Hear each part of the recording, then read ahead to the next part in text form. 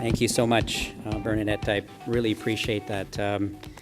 Not only the introduction, but let me say I'm full of gratitude to have been invited to help conclude your forum. I know that that's probably been a fairly rich experience.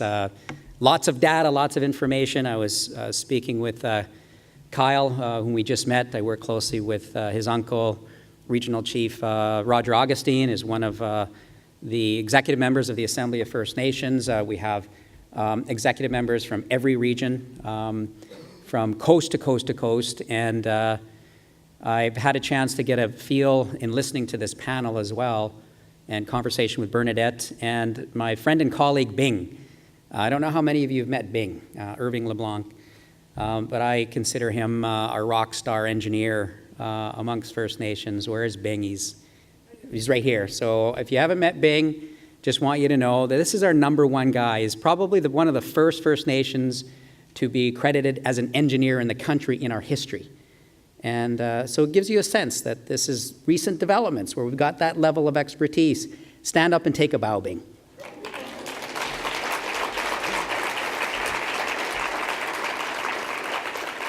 And like Bing and like my colleague, we also have the Chief Executive Officer, Peter Dinsdale. And for those that don't know, he's heading up our operations here in Ottawa, but he was also formerly Executive Director of the National Association of Friendship Centers. So Peter, stand up and be acknowledged as well.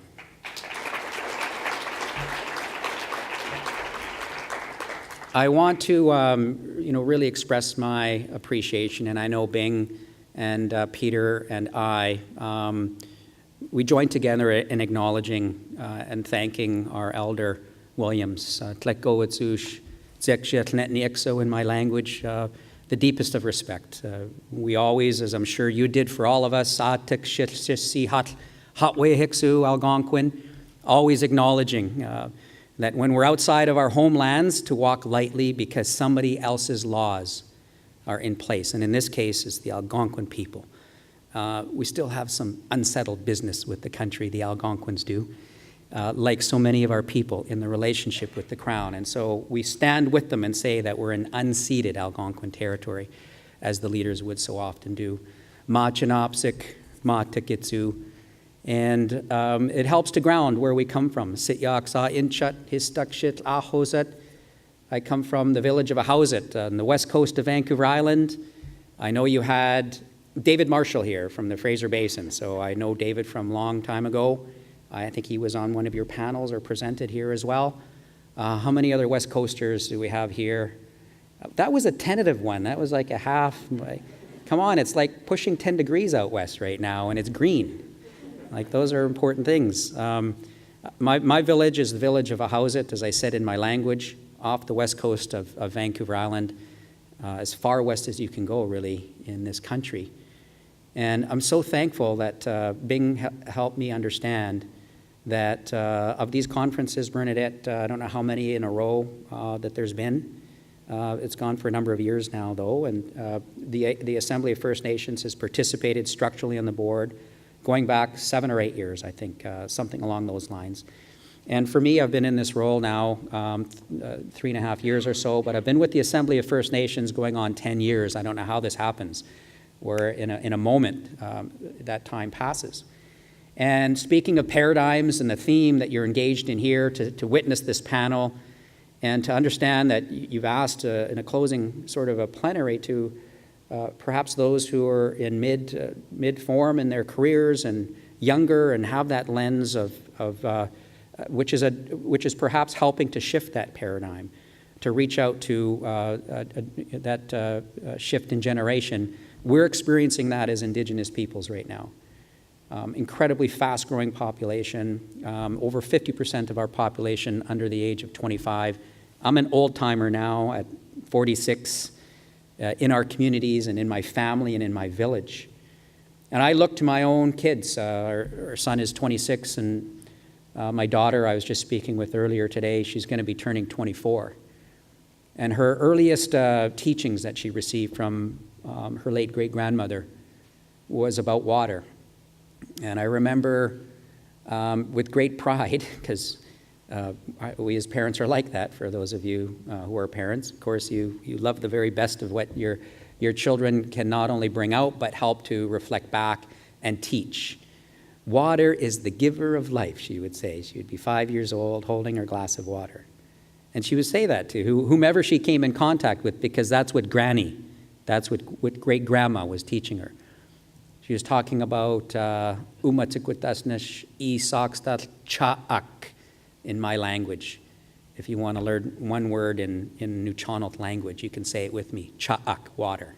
Cha'ak. Cha'ak, and it's got deep linguistic roots that have to do, chachum hasa, I use that phrase about feeling good.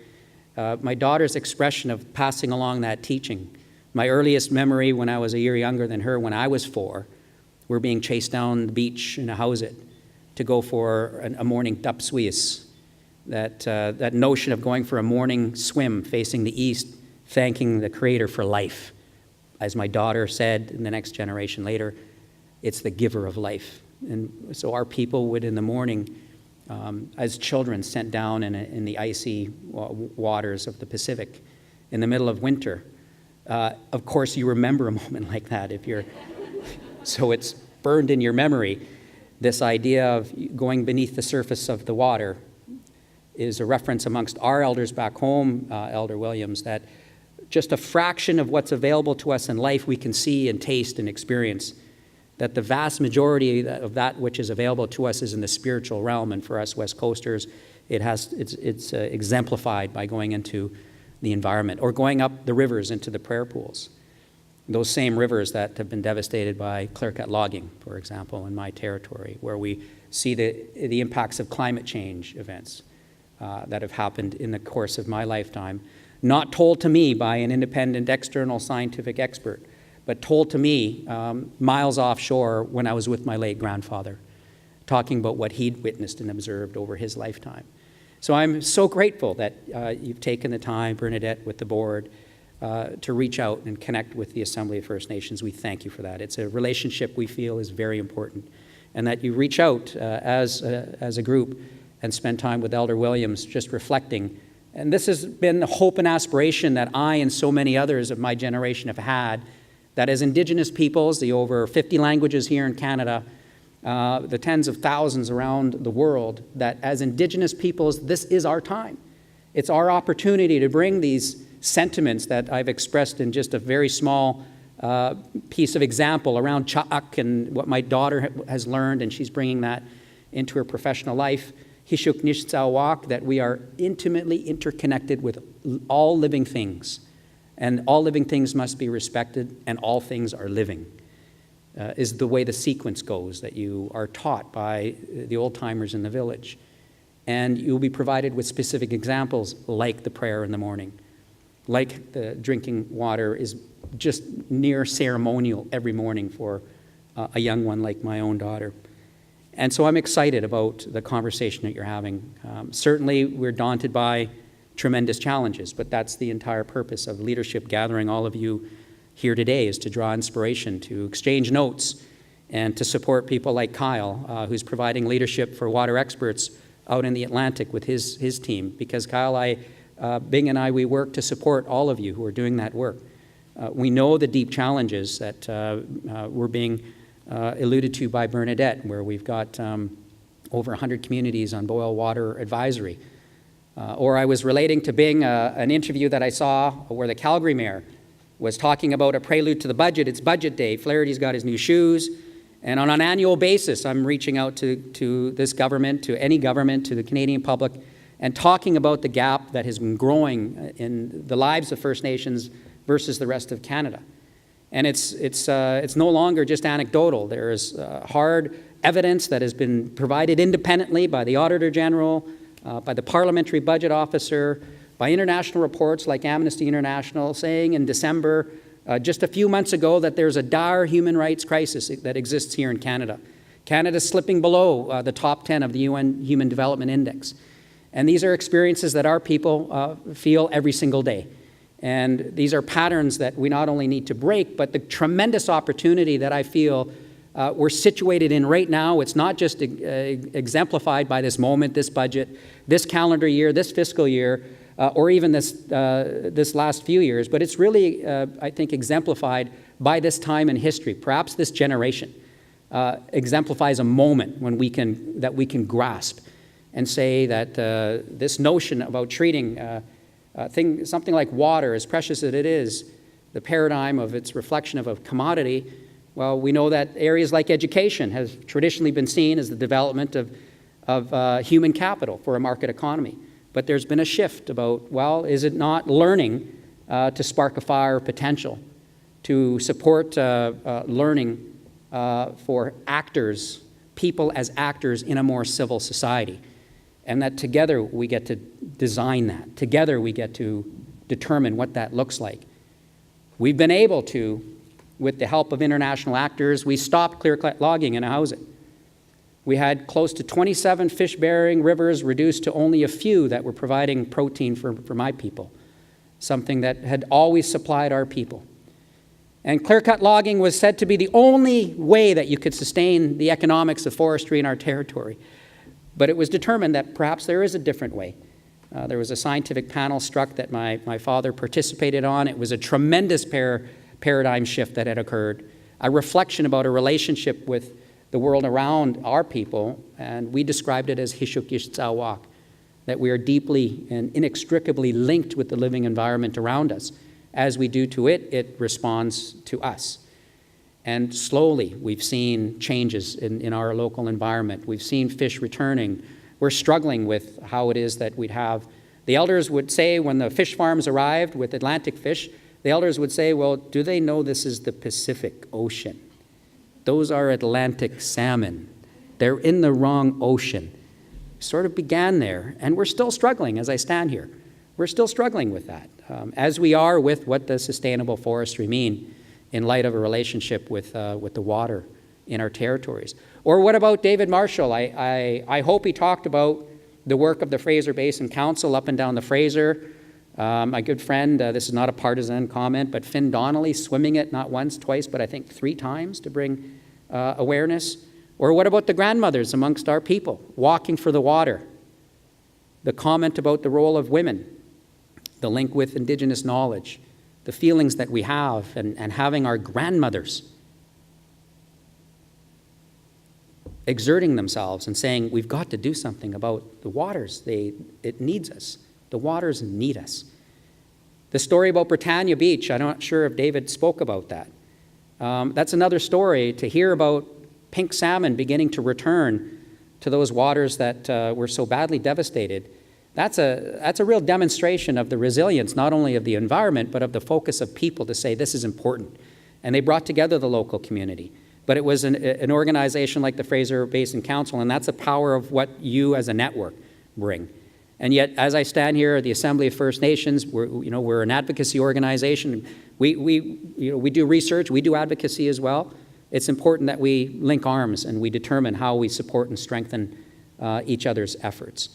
And I believe even more so important at a moment like this, whether it is researchers in Germany saying that they will no longer participate in research in the prairies because of the oil sands, the tar sands development, because of just the reputation aspects. I saw a note about that. And so there's relationship challenges that we have in our interaction between what constitutes development, that First Nations, I have to add, are not opposed to development. They're just not agreeable with development at any and all costs. There has to be this sense of bringing the principles and having them applied, which is what gets me excited about Indigenous peoples taking our rightful place. We will have a say over how this country develops its resources. Natural Resource Canada in 2005 speculated that there was $4 to $6 billion in natural resource projects in Canada that would implicate First Nations people. That was 2005. That's been updated now. There's a recognition, as is articulated in the UN Declaration of the Rights of Indigenous Peoples, that we have a right to free, prior, and informed consent over what happens in our territories. Make no mistake, that coupled with the over 40 court cases that we've won across the country in areas like fisheries, that applies to me in my own home community, we will exert that. We want to exert it in a way that builds relationships, that reaches across divisions that currently exist and misunderstandings. There's now recognized by Natural Resource Canada $650 billion in natural resource projects where First Nations are implicated. That means First Nations have an important responsibility, because with that influence comes the need to bring those values forward, to engage in a conversation about what long-term sustainable economics looks like, how it is that we have First Nations who support development be more engaged and realize benefits that the treaties always suggested would be there that have not been delivered, or help contribute to a vision of sustainability that was promised back where Canada was a signatory in the original talks in Rio de Janeiro. Canada signed on to the sentiment that First Nations would have a say in defining sustainability.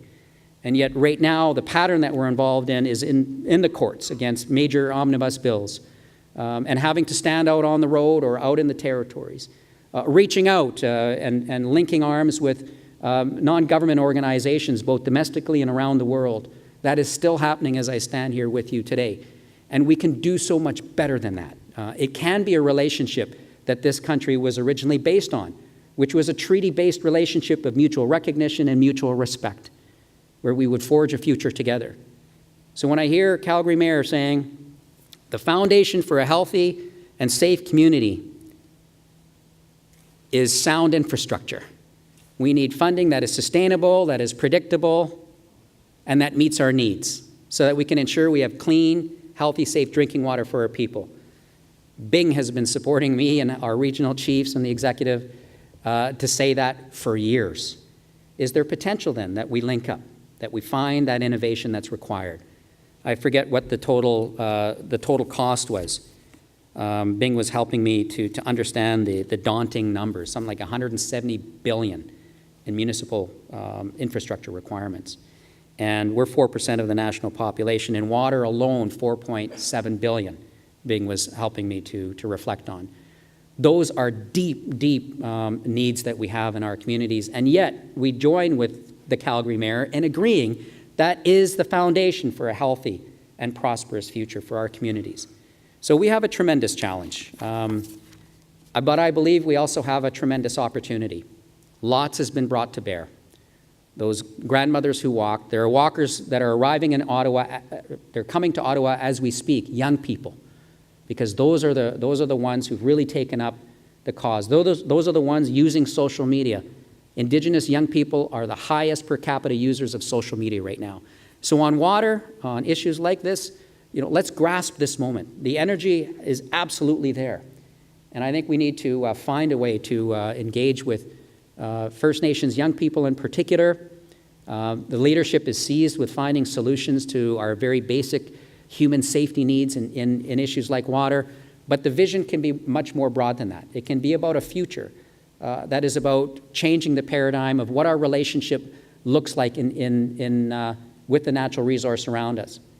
When I came into this role on the issue of energy, I asked questions. Why is it that jurisdictions don't collaborate in a conversation about what the energy needs of Quebec are versus the energy needs of Ontario? There isn't collaboration. They're working quite in isolation, and it's similar, although changing perhaps in water, where we now have jurisdictions like the Northwest Territories speaking with other jurisdictions.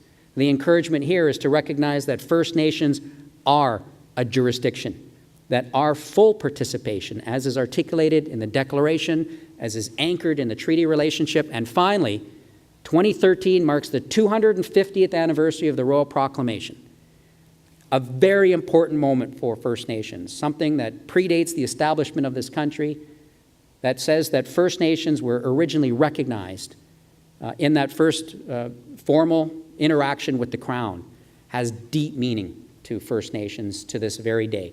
So I'm hopeful that we can build on a past that had as a vision this notion that we would be working together. And I believe that through your organization, through the leadership of people like Bing, supporting leaders in their regions like Kyle, we have tremendous opportunity, Bernadette, to work with your board, with the Canadian Water Network, to join forces here in the country. And I believe that it's time that Canada, in an area like this, we demonstrate the kind of leadership that I believe has always been possible to the rest of the world, because there are deep gaps that exist in the experiences of Indigenous peoples globally, in their interaction with industry, in their interaction with agriculture, in the challenges that we have in making sure that we've got good food and water sources.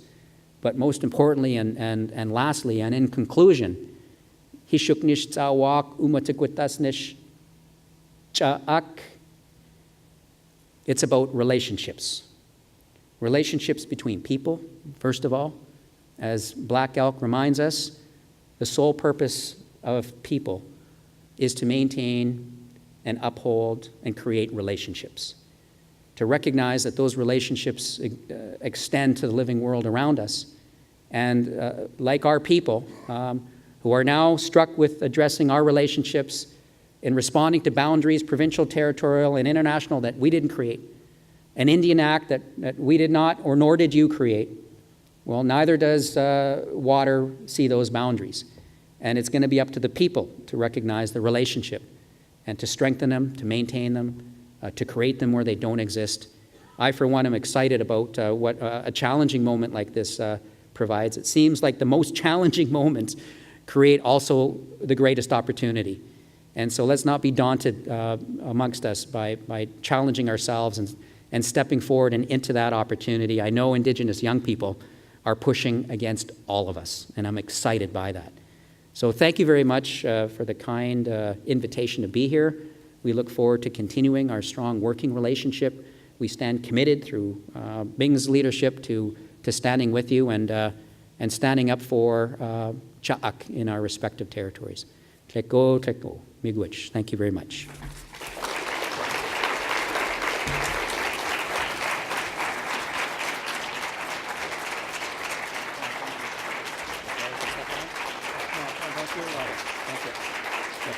I want to thank National Chief.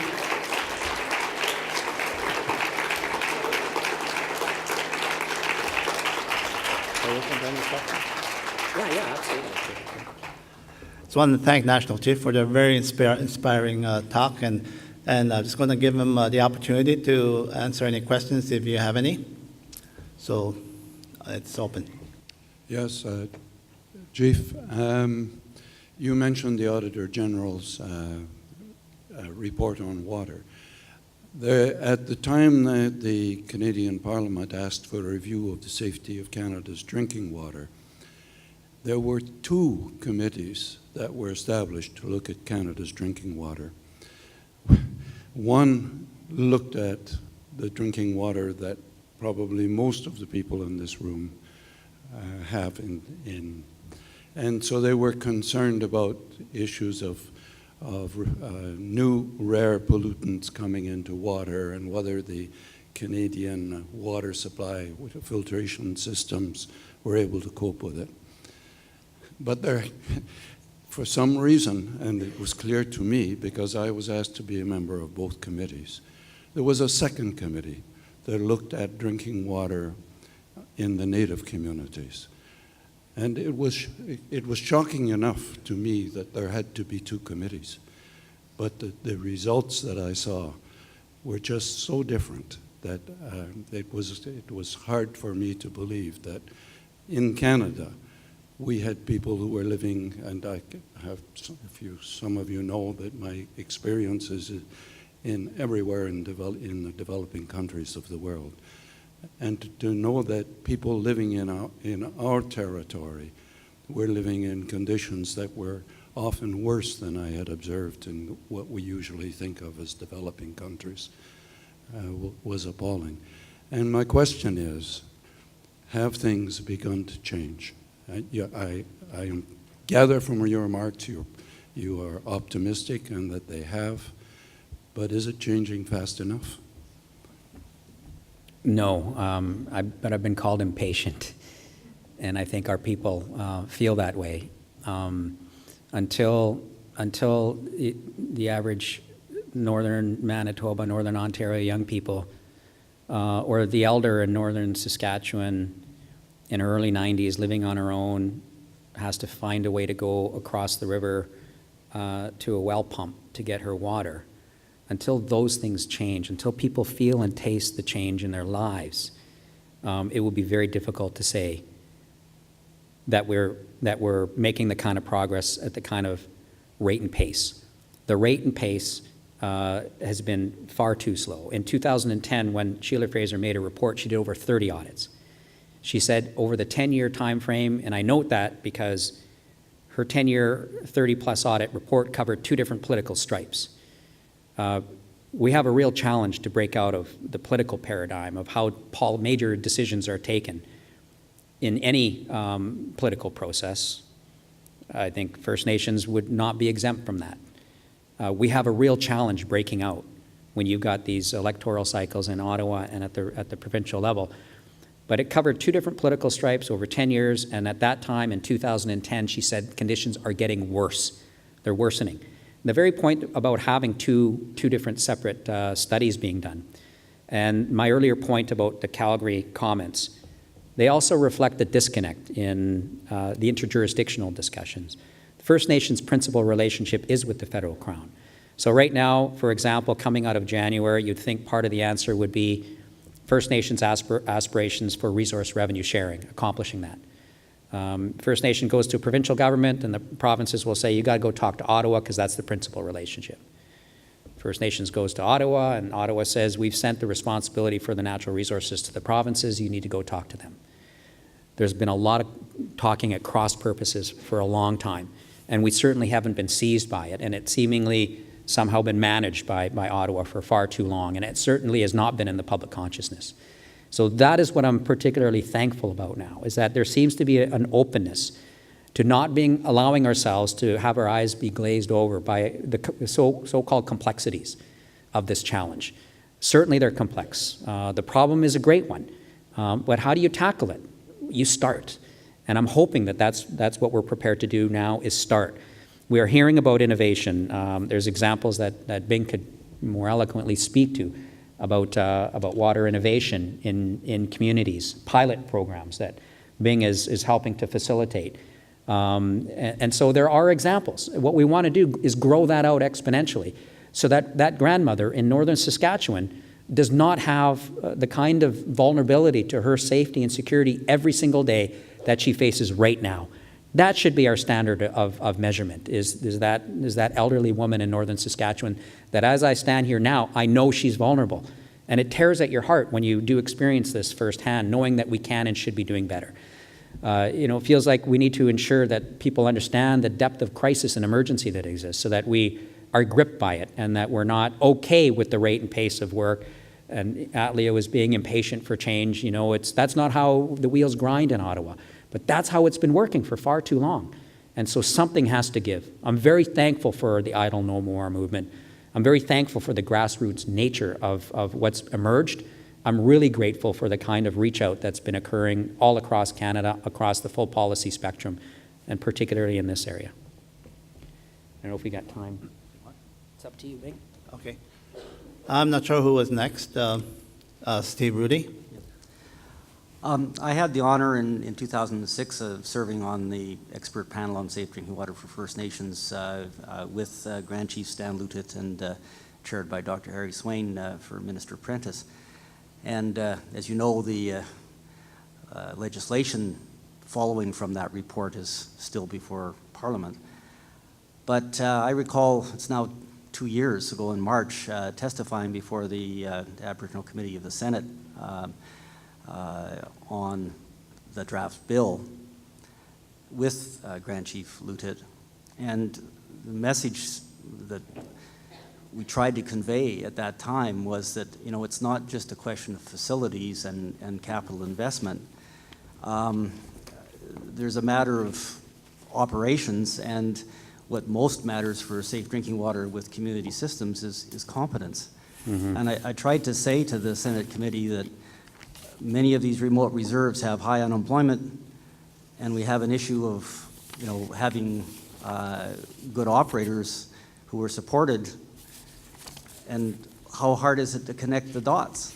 Mm-hmm. Creating employment on remote reserves and having a need for well-trained people.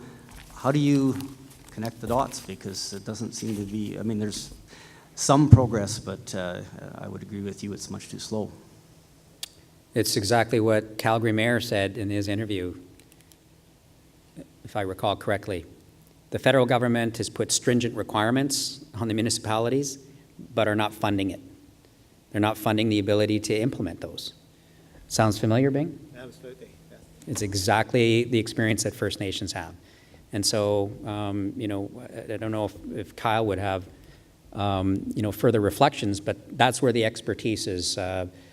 Kyle's probably worried because I'm now really pointing at him as being an example of those frontline leaders in this area that are feeling rather unsupported, which is why it's important to hold these sorts of forums.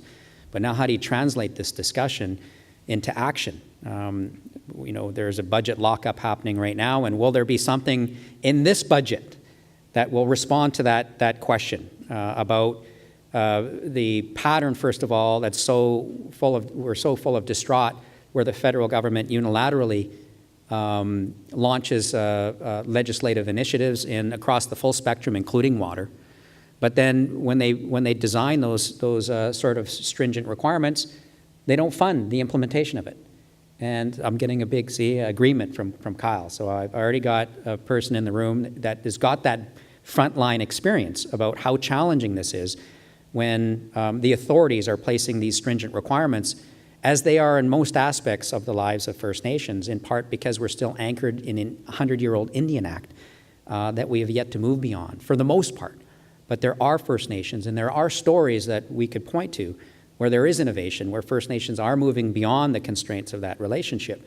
But we have yet to be gripped by the notion to grow that exponentially out to actually change the paradigm in the relationship between First Nations and the country. That would link very well with your paradigm shift-seeking conversation about the relationship with water. Is water's cousin the Indigenous peoples of Canada? If we can transform that relationship, then we'll be better able to work with you on the issue of water because they're so inextricably linked. And right now we do have a crisis, safety and security issue that it's not just these reports. The one report I left out, the Royal Commission on Aboriginal Peoples. We're somewhere around the 20-year anniversary of that report. I would be a much taller man standing on top of all these reports. We've got them all. It's a matter of putting them into action and implementing them. Extremely challenging. But I'm reaching out and asking you for your support and help in determining exactly how to make that work. I guess Bing has said. One more? One more? Maybe we can end this off with some of your insight. I'm wondering if you can draw on your some of the positive outcomes in your experience with the forest industry. You spoke about clear-cut logging, and how we could use some of those positive mechanisms that you engaged when we're looking at the extractive resource sector and oil sands and energy. You know, with this big movement, you know, I guess as simple as who needs to take the leadership, like specifically, like what has to happen in order for us to have positive dialogue to create an energy strategy for the country? Which would result in change, like transformative change. And change can be strange, disconcerting, uncomfortable. And it seems to only happen, actually, when you've got that dynamic. And so when I talk to First Nations leaders, they're uncomfortable. It's a challenging moment right now. And I think governments are feeling that as well. Our people are stepping forward and are asking questions about, you know, bills like C-45 and 38. And I think Indigenous peoples are having a conversation about our experience with colonization and the oppression that has come through residential schools, dislocation from our communities, disconnection from our treaties. And it's a healthy, important, vibrant, energetic discussion. But we're also reaching out to Canadians, both those who have newly arrived and those who have deep roots, to say, what does our relationship future look like? So to conclude and focus in on the question on forestry, the experience we had in our area, we have clear-cut logging. One of my earliest memories as a child was watching the clear-cut logging happening in the mountain across from our village, knowing that that mountain was also where my great-great-grandfather would go to prepare to go whale hunting, spiritual preparation, fasting and praying. And then understanding the connection between the logging that happened right to the edge of the rivers, including on the Atleo River. Yes, that's my family's river. We're charged with stewardship over these rivers, but when you have a river that you historically, we can trace our roots going back close to 30 generations, have responsibility for, and the sense of powerlessness over external forces like logging, like forest tenures, like the deep pockets of an industry like forestry, the way it was being exerted in our area, the destruction of those river systems. Some of our people, but in a very limited way, participated in that industry. So part of the solution at that time was hundreds of arrests because of blockades, political activism. And the result from that at that time was Premier Harcourt helicoptering into our area. And they struck a scientific panel. And they had my father, who was one of the first to achieve a doctorate degree amongst our people, but also I understand amongst University of British Columbia. So very similar stories here. We have our people now, as late great Chief Dan George said, the young people's journey is going to be a lot longer than mine, because you're going to need to stay anchored in who you are, but you're going to need to go and get the skills and training in the mainstream systems, the likes of which my dad did, to great sacrifice to his family, dragged us to the big city and took his education, was appointed by Harcourt to this scientific panel. And the first thing that my dad did was bring Hishuknis Tsawak and say, we've got to determine the future of this ecology, this area, through the lens of the indigenous worldview, philosophy, and perspective. To give effect to what the elders tell us, we have to have a say. They're always so gentle. They don't often use words like free, prior, and informed consent, consultation, and accommodation, or have all of those court decisions implemented. We have to have a say. It's always a gentle encouragement, because we need to influence and shape our territories that we're invested in. They forged a scientific panel. There was recommendations, and I believe most, if not all of them, were implemented that covered that local area. Now there's forestry happening, but the forest company is owned by our people.